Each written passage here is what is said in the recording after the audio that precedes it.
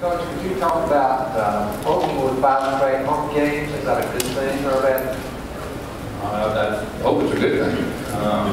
I'm really excited that we're playing at home.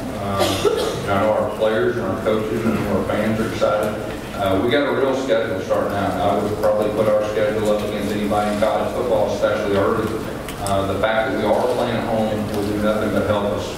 We got, in my opinion, the best crowd in college football, and it's really something to be able to play and coach in front of them. And we have a pretty tough opener, obviously with Clemson, one of the better teams in all of college football, with maybe the best player in all of college football. So we got a work cut out for us, but we are definitely happy that we're playing our first 5 games at home, to answer your question. We'll go over here on the wall on the left. Coach Hannah Stevens, 97.7 is up in Huntsville. My question for you is, going into the fall after the spring, if you would just talk about Chandler Cox's role. Did you say Chandler Cox?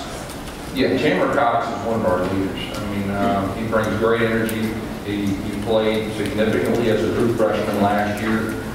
He is a tough guy. He's gotten a little bigger. He's probably put on about 10 to 15 pounds from last year.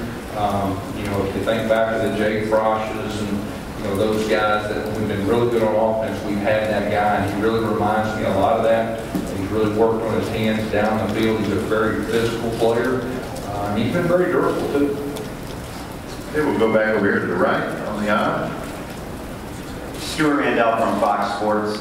Gus, you had 13 seconds away from the national championship in your first season, and then within a couple years of that, obviously, you mentioned going through a season last year where the offense didn't execute the way your offenses traditionally do. In addition to just doing the evaluation you talked about, was last season humbling for you as a coach? You really hadn't experienced anything quite like that as a college head coach. I think so.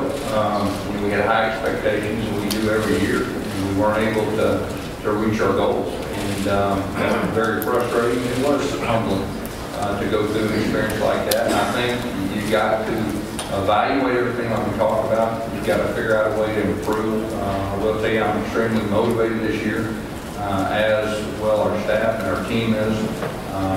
But like I said, it really comes down to, in our league, winning close games.